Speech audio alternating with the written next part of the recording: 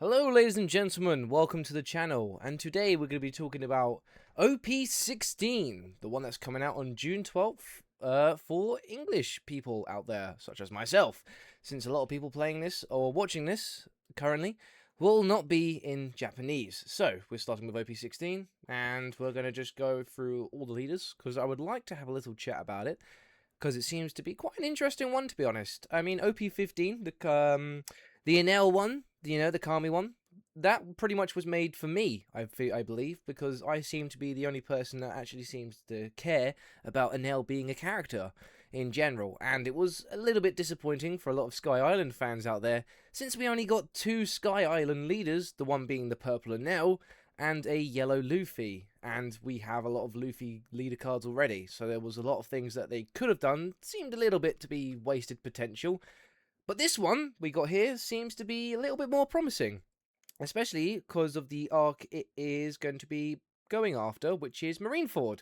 So obviously we're going to have an Ace and Luffy leader, and we're going to start with the over here, the new Ace leader. So we got a red Fire Fist Ace. So activate main once per turn, up to one of your Monkey D. Luffy characters, or up to one of your characters with a type including Whitebeard Pirates, with 8,000 power or more gains Rush during this turn. That's pretty interesting, to be honest. We haven't seen anything like this before, so, it could be pretty cool. And obviously with his leader, we have two new combos that go pretty well with him. So we have another Porcus D Ace and an Edward Newgate card. The Porcus D Ace card, the counter of all of your character cards with 8,000 power in your hand become plus 2,000. On play, /on KO, look at 5 cards from the top of your deck, reveal up to one Monkey D. Luffy, or up to one card of the type including Whitebeard Pirates, and add it to your hand, then place the rest at the bottom of your deck in any order. Pretty standard red card, to be honest, nothing to write home about, to be honest. I mean, it's just your standard red card. It's a cool looking card, though, to be honest. It's one of those must-plays with the new Porcus D. Ace leader. But I seem to be having my eye more on the Edward Newgate. Your turn, your leader gains double attack and plus 2,000 power. Already off to an amazing start. Not only is it a 10,000 card power with 8 cost, it seems to be pretty promising already with the double attack with your leader. I mean, and obviously with the leader ability, with it being Rush, you can then use your Whitebeard to Rush. So that's 3 big swings already. Well, 2 big swings, 2 mini swings with your leader, and then 1 big swing with the Edward Newgate if you use the ability of his leader card. So his on-play effect is you may reveal 2 characters, new 2 character cards with 8,000 power from your hand. Give up to one of your opponent's characters minus 6,000 during this turn. And since you're going to be having double attack with your leader, that could be pretty frustrating to play against. I'm not looking forward to that one, to be honest. But so far, at the beginning of this, I think we've got off to a good start. I'm actually looking forward to this. My favourite ace before this was the red and blue ace, which came out quite a while ago at this point, but that was sort of my go-to ace leader card. But this seems to be more interesting in my opinion, and I feel like this might be my next deck that I might be focusing on. Next up, of course, we've got a Monkey D. Luffy, and he is green and blue. So activate main once per turn. If the only characters on your field are Impel Down type characters, set up to 2 of your Don cards as active. So, it seems to be mostly a green effect, to be honest, but, pretty standard stuff. And obviously he comes with 2 good combos, which we got a Boa Hancock and a Ivankov. So the Boa Hancock is an unblockable card, so this card cannot be blocked, basically how it works. So there you go. On play, up to one of your opponent's characters other than Monkey D. Luffy cannot be rested until the end of your opponent's next end phase. I always love it when they include a Boa Hancock card and always have our ability almost like going favour or against the Monkey D. Luffy ones, depending on how you're playing. But it is interesting how they try and keep it in character. Pretty cool. So the Ivankov card on play. Look at 3 cards from the top of your deck, reveal up to 1 Impel Down type card, add it to your hand, and place the rest at the bottom of your deck in any order. Then play up to 1 character card with a cost of 2 or less from your hand. And yeah, pretty pretty cool, to be honest. Not as interesting as the Red Ace, per se, but it's something, worth checking out, I guess. If this is what you would want to do, then by all means go for it. But to be honest, this is not screaming my name personally. And obviously, next we have the blue buggy. So obviously, we already have a blue buggy leader, but this is now an Impel Down themed one. So this is pretty awesome. So we got a Don ×1 once per turn. This effect can be activated when your Impel Down type character card is removed from your field. Play up to one Prisoner of Impel Down card from your hand. So that's pretty interesting. It's a good way to get your cards out quickly. Similar play, but not really, to the other buggy leader, where it's use your 5 Don to play any of your cross guild type cards, but you have to trash a card from your hand. So, it's the similar sort of play of getting characters out as quick as possible. And of course, this buggy leader has come out with 2 good combos with this one specifically. We have Prisoner of Impel Down, which is, under the rules of this game, you may have any number of this card in your deck. So, very interesting, to be honest. I mean, the fact that you can have as many of those in your deck is quite amusing, because it's obviously referencing to the show when Buggy was in Impel Down and had all of the prisoners come after him, basically, and they all fell for him and treated him like a god. So in a way, you could actually roleplay as Buggy as this one and have as many Prisoner of Impel Down cards as you want. Have your own little army. Just like how he gained when he was there. Nothing necessarily to write home about. I'm not too sure how practical this is going to be. I mean, it is also a plus 2,000 counter. So, it's good for absorbing a lot of damage as well. Plus, it's a cost 6 card with 6,000 power. Which, not too bad, to be honest. I think they've balanced that out quite well. I don't know how many people will be using this to make an army. It's quite a funny thought, to be honest. But anyway, the next is another buggy card. On play, if your leader has the Impel Down type, draw 1 card and play up to 1 Prisoner of Impel Down card from your hand. Then his other ability is once per turn. This effect can be activated when your opponent attacks. Up to 1 of your Prisoner of Impel Down cards gains blocker during this turn. Pretty interesting, to be honest. I like the whole shifting blocker around to different characters. This could be quite handy for your Prisoner of Impel Down cards. So, there's that. This buggy card does seem a little bit cool, to be honest. I mean, I think I'd still prefer the other one, but who doesn't like a little bit of change? Next up, we have a new Sengoku, purple one. Now, before I read it, the premise of this one, to me, just screams Black Emu. In the sense of, whereas Emu was just getting out the 5 Elders all in one go with the 5 Elders card, and, you play them all from your trash, Sengoku is sort of a similar play where he gets a bunch of Admirals out. So, a purple version of that, if you will. If it's going to be better or not, let's find out. Activate main. You may return 8 of your active Don cards to your Don deck. Play up to 3 Admiral type character cards with a different card name from your hand. So, same as the Black Emu, where you'd go through your trash and pull them out, only this time you'd pull it from your hand. So in that sense, it could be a bit more practical, but you do have to return 8 of your active Don cards, which, if you know anything about purple, revolves a lot with your Don. So a lot of these cards could be just getting your Don back out anyway when you play the other Admiral cards. But of course, Sengoku comes with 2 good combos, one being Sukazuki, everyone's favourite one. On play, Don -1, give up to 1 of your opponent's characters minus 6,000 power until the end of your opponent's next end phase. That's always nice fun to play with something like that. Activate main once per turn. You may rest 1 of your Don cards if your leader has the Navy type, and add up to 2 Don cards from your Don deck and set them as active.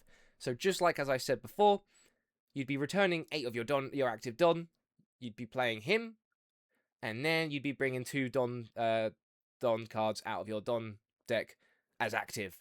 So already it balances out quite well. Then we have a Monkey D. Garp, which he basically is on play. If your leader has the Navy type, add up to 1 Don card from your Don deck and set it as active. And add up to 1 additional Don card and rest it. Another way of getting your Don out nice and easy, although you won't be able to use that with your Sengoku effect, since it says Admirals, and this Monkey D. Garp is not an Admiral, he is a Navy. So it wouldn't work on him, but, there are loads of cards that probably would allow you to do that anyway. You know, the Sakazuki one is a good example. Like I just said, you could play 3 of him if you would. Assumably, he'd be a good one to have 4 of in a deck. Definitely one I've got my eye on, and I would like to give him a try. I think so far the only disappointing one to me is the green and blue Luffy. When I say disappointing, I just don't really think it's my thing. But with that being said, we have Black Yamato, which I am kind of excited of because I like Yamato as a character. That's kind of where that ends, but anyway, when a Land of Wano type character card is played from your trash, this character gains Rush during this turn, which is pretty interesting. And Yamato, of course, comes with 2 good combos, which would be another Yamato card. On play, draw 1 card and trash 1 card from your hand, and you can activate the main. You may trash this character, play up to 1 black Yamato with a cost of 8 from your trash. So there you go. Another interesting way to get cards out very quickly and early. And then we got a Kinemon. This character gains +3 cost. On play, if your leader has the Land of Wano type, look at 5 cards from the top of your deck, reveal up to 1 Land of Wano type card and add it to your hand, then trash the rest. And if you know anything about black, it is manipulating your deck, or your play throughout your trash throughout the game, which is always good fun, to be honest. But this just seems pretty simple, to be honest. This is just a normal black play. But you know what? I kind of like that. And who doesn't like Yamato before, since the other previous one we had was from the starter deck, where it was green and yellow Yamato, who obviously had the double attack. Anyway, moving on. Now we got, and the final leader of this one so far, sorry, ignore me, sorry, it's Sunday, I'm very tired, I just want to crack on with this, I apologise. Marshall D. Teach, yellow and black, opponent's turn, all of your characters gain +1 cost. On your opponent's attack once per turn, you may trash a card with a trigger from your hand, change the target of the attack to this leader or to one of your Blackbeard Pirate type character cards. And of course, this Marshall D. Teach comes with 2 good combos.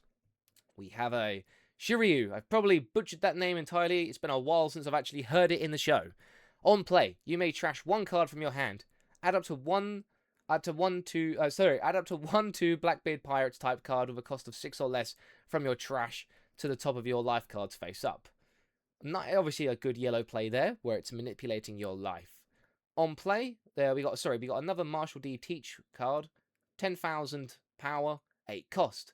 On play, look at 3 cards from the top of your deck, add up to 1 card to the top of your life cards, then place the rest at the bottom of your deck in any order. Again, a pretty good yellow play, to be honest, since it's manipulating your life. And personally, these days, yellow is my favourite type to play as. So yellow and black is always going to be quite fun. Not so much because I like playing with my trash, but because I like playing with my life. And this card also comes with a trigger.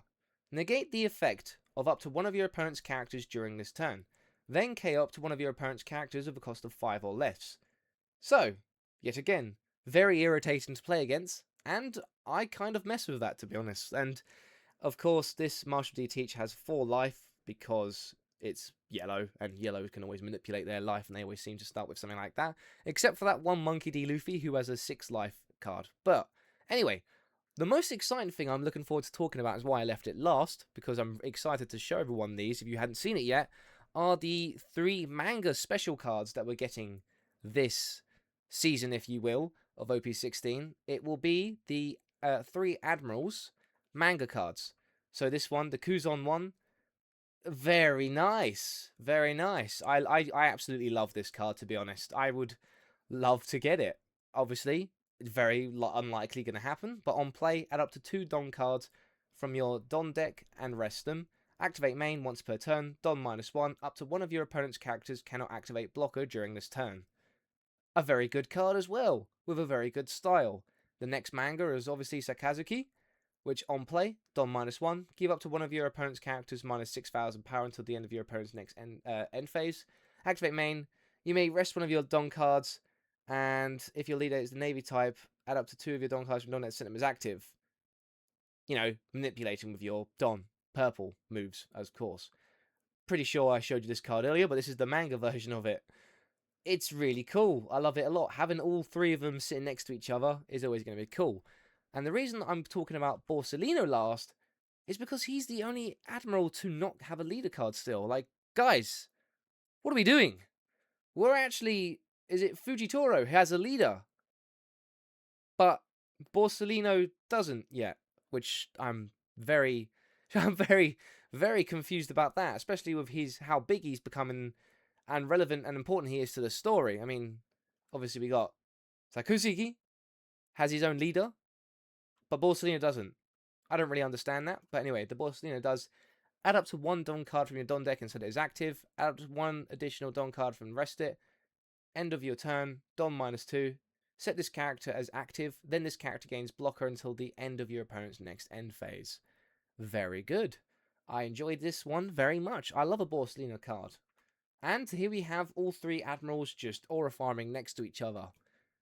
So, OP16 seems a lot more promising than OP15, which is a shame if you're me, because like I said before, Sky Islands was probably one of my favourite arcs in all of One Piece. So I was looking forward to getting more Sky Island type leaders, but we got Don Krieg. I don't know what they were thinking about with that one, but what can you do, I guess. But anyway, I hope you all enjoyed the video, and I will be posting more updates on One Piece card games as we go.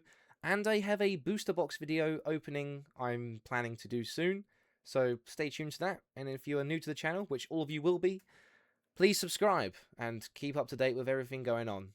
You guys take care.